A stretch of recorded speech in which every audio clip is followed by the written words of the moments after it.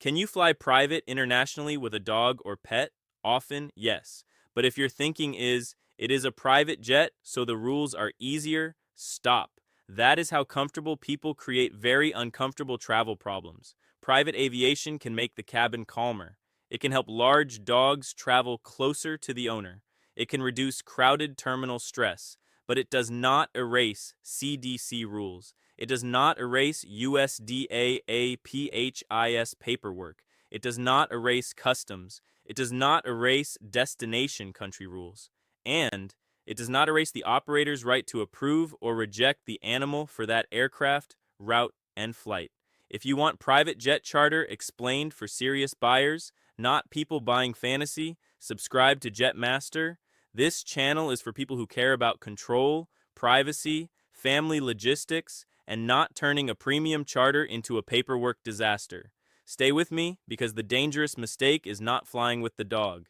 The dangerous mistake is treating the dog like luggage. I'm going to show you the pet travel questions that must be answered before the aircraft is locked. The CDC form, the 6-month country history, the microchip, the vaccine records, the health certificate, the arrival airport, the operator approval, and the one assumption that can break an international private jet trip before anyone reaches the FBO.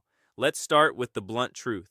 Private aviation improves comfort. It does not create legal immunity. A dog can be calm in the cabin and still be legally unready. A quote can look clean and still be built around the wrong airport. A jet can be available and still be useless if the pet documents do not match the route. So the first question is not, which jet can take us? The first question is, can this animal legally travel on this route, through these countries, into this arrival airport, on this timeline? That is the serious buyer question. Point 1. For dogs entering the United States, start with the CDC pathway. Current CDC guidance says every dog entering the United States needs a CDC dog import form receipt. The dog also needs to appear healthy on arrival. It must be at least 6 months old, and it must have a microchip that can be detected by a universal scanner. But the deeper question is where the dog has been during the previous 6 months. That is the trap. A dog flying from Paris may still fall into a different pathway if it spent time in a CDC-listed high-risk country during the last 6 months. So do not ask only where the dog is departing from today. Ask where the dog has been. If the dog has only been in dog rabies-free or low-risk countries, the process is usually simpler. If a high-risk country is involved, documentation and airport requirements can become much stricter. And if the dog is foreign vaccinated after being in a high-risk country, a CDC-registered animal care facility and specific arrival airport may become part of the plan. That means airport choice can become a compliance decision, not a convenience decision. Point 2. USDA APHIS and destination country rules matter when leaving the United States. CDC is not the whole story. If you are leaving the U.S. with a dog or pet, the destination country may require a health certificate,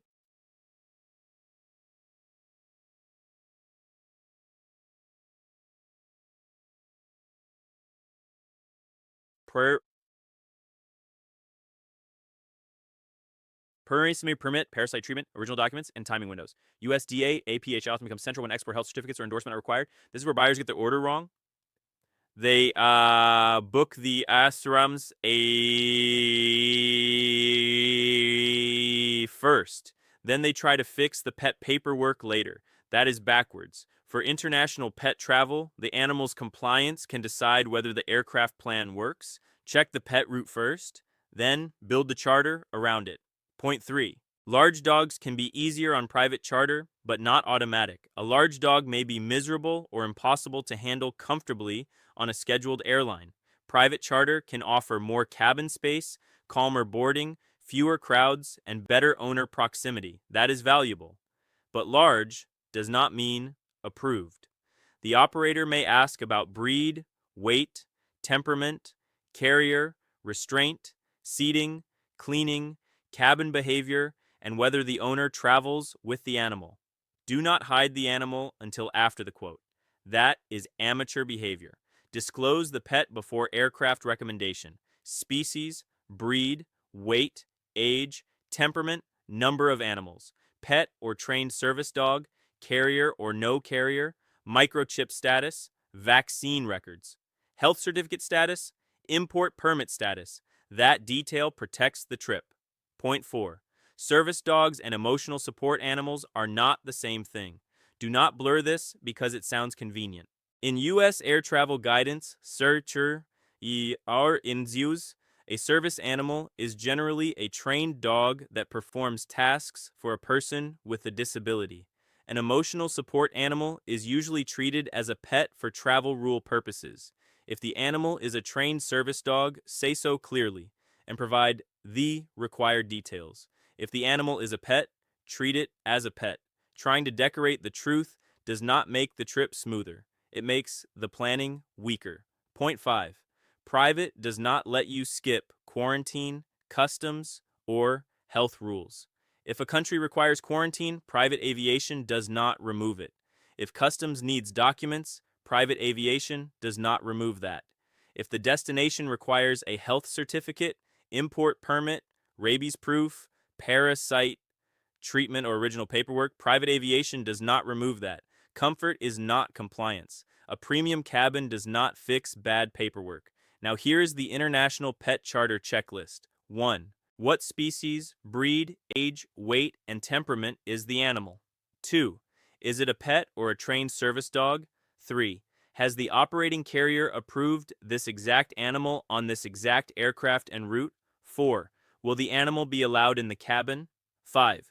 Is a carrier, restraint, seating plan, or cleaning term required? 6. For dogs entering the United States, is the CDC dog import form receipt complete? 7. Is the dog at least 6 months old, healthy on arrival, and microchipped with a universally detectable chip? 8. Where has the dog been during the previous 6 months? 9. If a high-risk country is involved, do airport and document requirements change? 10. If leaving the United States, are U.S.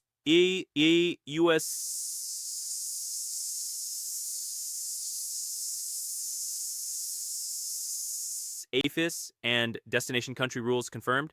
11. Does the arrival airport match the pet compliance pathway? 12.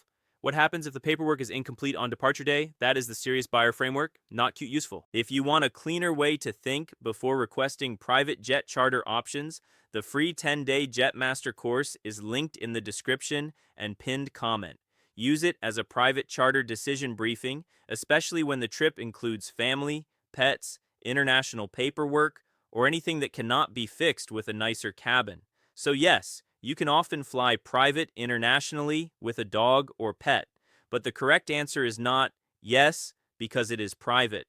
The correct answer is yes if the animal, aircraft, operator, route, airport, forms, veterinary documents, customs rules, and destination requirements all agree. Anything less is not premium. It is expensive improvisation. And don't forget, your Jetmaster journey starts now. Add the